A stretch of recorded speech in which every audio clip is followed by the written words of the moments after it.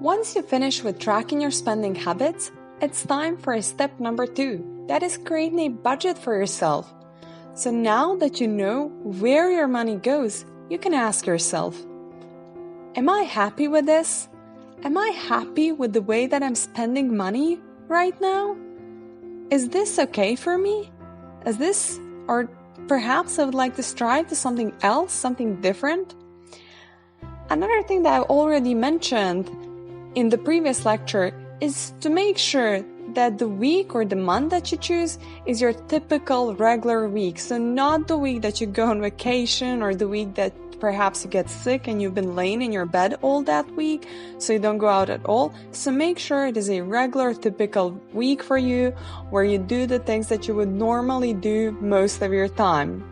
Because this is the only correct way to take a look at your spending habits. So right now you can either open your notebook, or if you've been writing it on your own, or you can open the Mint, as I've been suggesting, the application for money tracking. So you can take a good look at it and analyze each category and analyze your spending habits as a whole.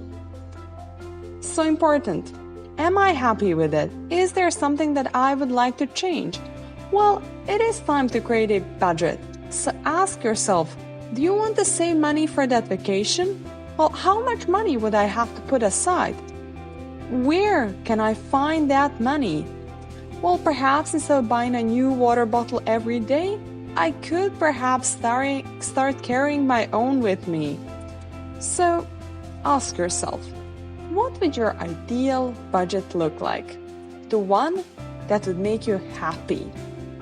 What would your spending habits be like that would make you happy and feel good about yourself? There is no reason to be guilty about your spending habits, but that's why it's necessary to create a budget so that you can stick to it and be happy with it.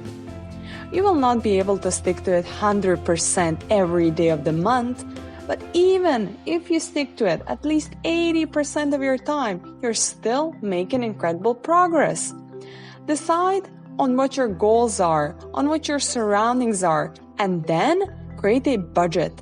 But keep in mind that you're creating a budget so that you never have to feel guilty for your spending habits and that you can also still enjoy yourself.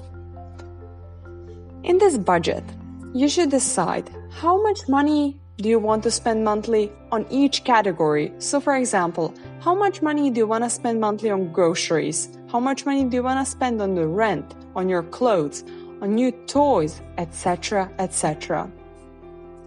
So the application that I mentioned in the last lecture that's called Mint can also be used to create a budget.